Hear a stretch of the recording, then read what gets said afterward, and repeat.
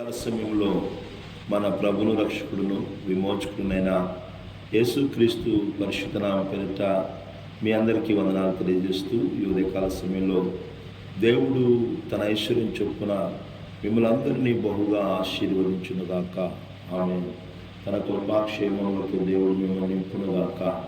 మీరు వెళుతున్న మార్గంలో మీ దేవుడైన యెహోవా మీకు తోడే ఉండి మీ కార్యములన్నిటినీ సఫలము చేయునుగాక. పునరుద్ధానుడైన దేవుని యొక్క బలము శక్తి మిమ్మలను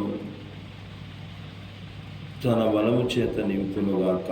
ఆమె దేవుని బిడ్డలారా, ఉదయకాల సమయంలో ఈ చదువుబడిన భాగం నుంచి కొద్ది మాటలను మనం ధ్యానం చేసుకుందాం.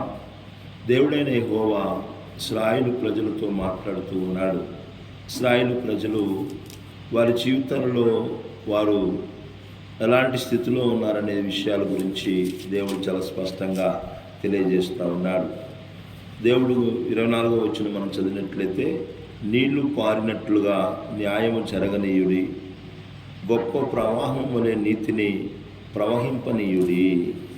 దేవుని బిడ్డలారా, మరి ఆనాటి కాలంలో ఉన్న ఆ యొక్క ఇశ్రాయేలు ప్రజలు ఎలాంటి స్థితిలో ఉన్నారంటే, న్యాయము లేని ప్రజలుగా, అన్యాయం చేసే ప్రజలుగా వారు ఉన్నారు. అన్యాయం చేసే ప్రజలుగా వారు ఉన్నారు. నీతి న్యాయాలను వాళ్ళు విడిచిపెట్టారు. అన్యాయము అవినీతితో నింపబడిన జీవితాలు వారు కలిగి ఉన్నారు. అన్యాయము అవినీతి అనేది పాపం అనే విషయాన్ని మనం గుర్తుంచుకోవాలి. అవినీతి పరులుగా వాళ్ళు ఉన్నారు. నా ప్రియమైన దేవుని బిడ్డలారా, అంటే దేవుని వాక్యం అన్యాయం చేసే వ్యక్తులుగా వాక్యం చెబుతుంది, అన్యాయస్తుడు దేవుని రాజ్యమునకు వారసుడు కానేరడని మీరు ఎరుగురా అని పౌలు కొరింథీ సంఘానికి తెలియజేస్తూ ఉన్నాడు. ఈ ఉదయకాల సమయంలో అన్యాయం చేసే వ్యక్తులుగా ఉంటున్నారు వాళ్ళు. అవినీతి పరులుగా వాళ్ళు ఉంటున్నారు. అంటే ఇతరులని దోచుకోవటం, పేదలను దోచుకోవటం, దరిద్రులను దోచుకునే వ్యక్తులుగా ఉంటున్నారు. దేవుని బిడ్డలారా, సకల దుర్నీతి పాపమని దేవుని మాటలు మనకి తెలియచేయబడుతూ ఉన్నాయి. దుర్నీతి, సకల దుర్నీతి, అవినీతి, దుర్నీతి, స్వనీతి, ఇవన్నీ కూడా పాపములు అనే విషయాన్ని మనం గుర్తుంచుకోవాలి. దేవుని బిడ్డలారా, అవినీతి పరులుగా వాళ్ళు పేదలను, దరిద్రులను దోచుకునే వ్యక్తులుగా వారు ఉన్నట్లు, అలా ఉంటూ కూడా వారు దేవునికి బలులను, నైవేద్యములను అర్పించే వ్యక్తులుగా వారు ఉన్నారు. అందుకనే దేవుడు అన్నాడు, మీరు బలులు అర్పిస్తున్నారు, నైవేద్యాలు అర్పిస్తున్నారు, మంచిదే, కానీ అసలుది నీతిని మర్చిపోయారు, న్యాయం చేయటం మర్చిపోయారు, న్యాయంగా నడుచుకోవటం వాళ్ళు మర్చిపోయారు. నేటి కాలంలో కూడా ఆమోసు కాలం లాంటి ప్రజలే మనం చూస్తూ ఉన్నాం.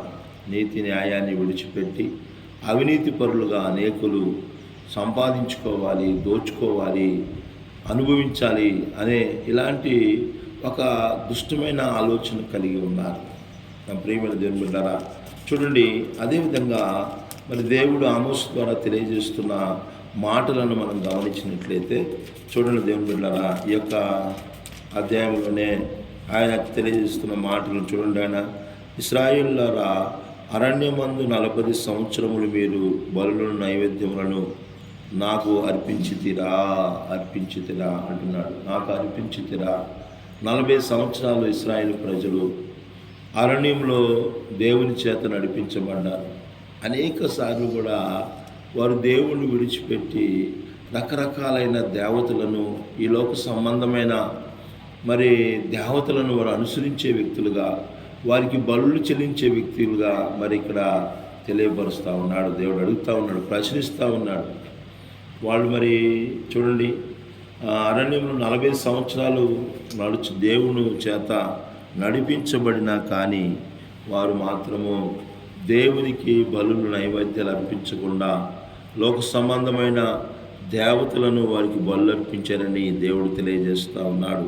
మీరు మీ దేవత అయిన మొలేకు గుడారమును, మీరు పెట్టుకొనిన విగ్రహముల పీఠములను మీరు మోసుకొని వచ్చి తిరిగదా అంటున్నాడు.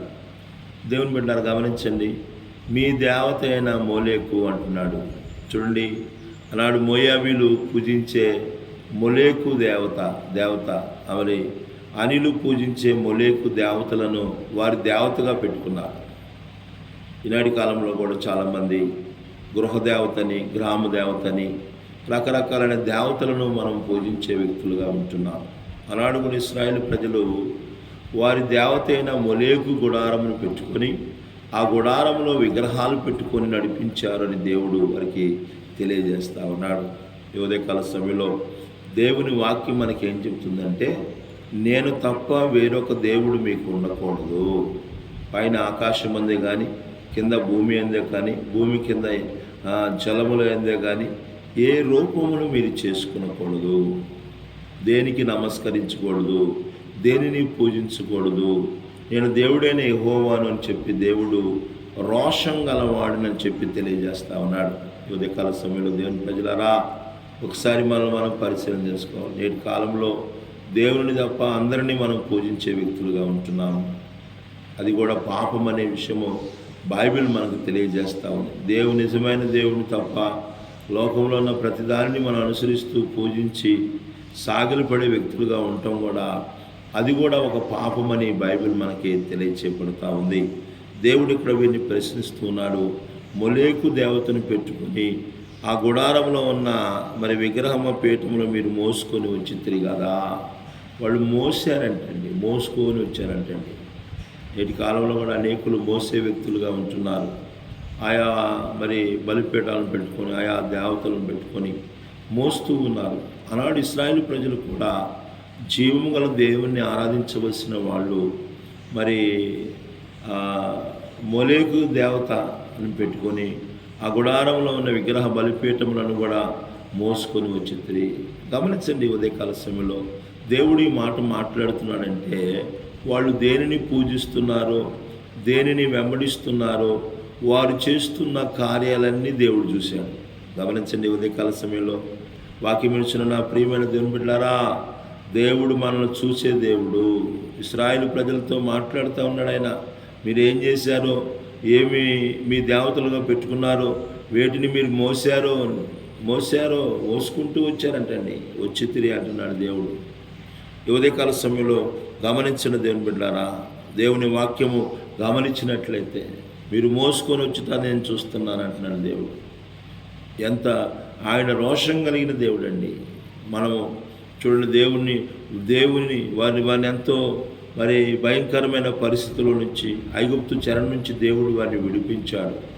వారిని తోడుకొని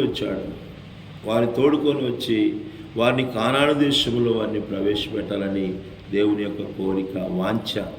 కానీ వారు మార్గంలో ఎన్నో ఎన్నో ఎన్నో దేవతలను తమ దేవతలుగా పెట్టుకొని దేవాతి దేవుణ్ణి పూజించాల్సిన వాళ్ళు ఇలాంటివన్నీ కూడా మొలేకు దేవతని, ఆర్తేమి దేవతని, రకరకాలైన దేవతలను వాళ్ళు పూజించినట్లు మనం చూస్తూ ఉన్నాం.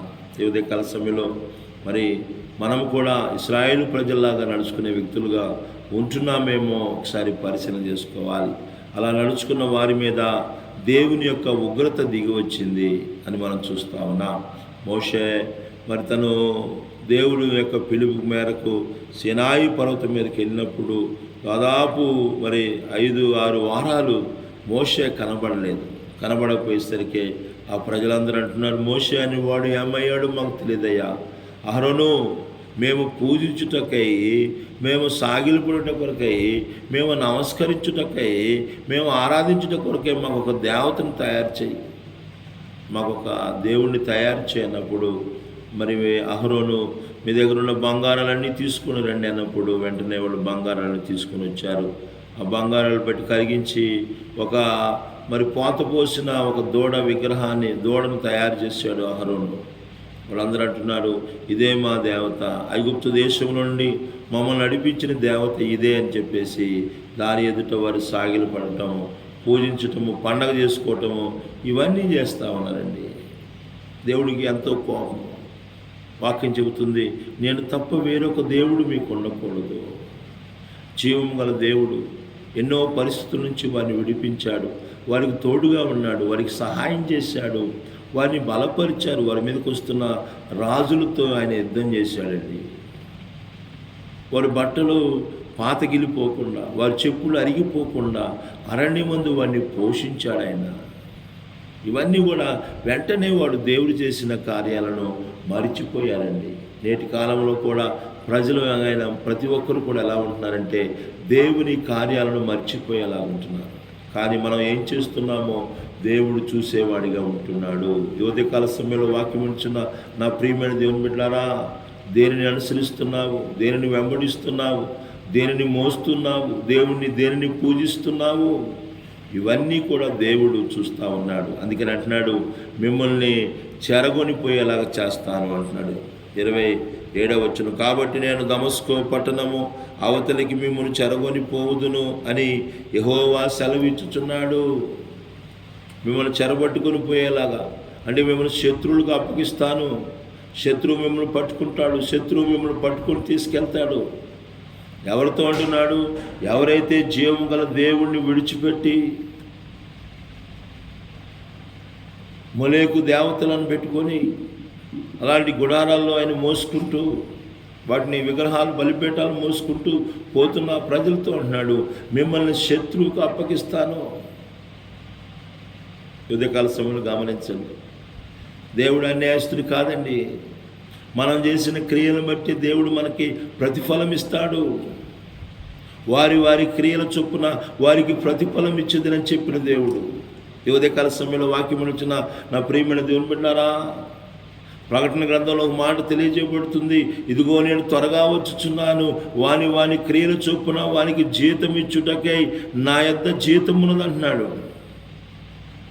ప్రభుని ఎరిగిన మనము, ఆయన రక్తములో కడగబడిన మనము, ఆయన బిడ్డలుగా మార్చబడిన మనము ఎలా నడుచుకుంటున్నాము ఒకసారి పరిశీలన చేసుకోవాలి. మనందరికీ దేవుడు జీవితాన్ని సిద్ధపరిచాడు.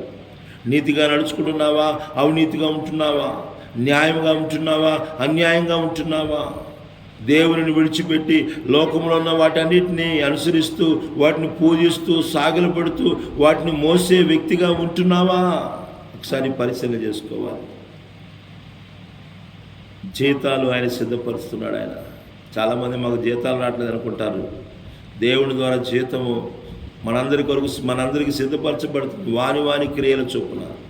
కనుక ఈ ఉదయకాల సమయంలో దేవుని బిడ్డలారా, ఎలాంటి జీతం మనం పొందుకుంటాం? ఇశ్రాయేలు ప్రజలు వారు చేసిన క్రియలను బట్టి అంటున్నాడు, నేను మిమ్మల్ని చెరగొని పోతానంటున్నాడు. శత్రువు చేతికి మిమ్మల్ని అప్పగిస్తానంటున్నాడు ఆయన.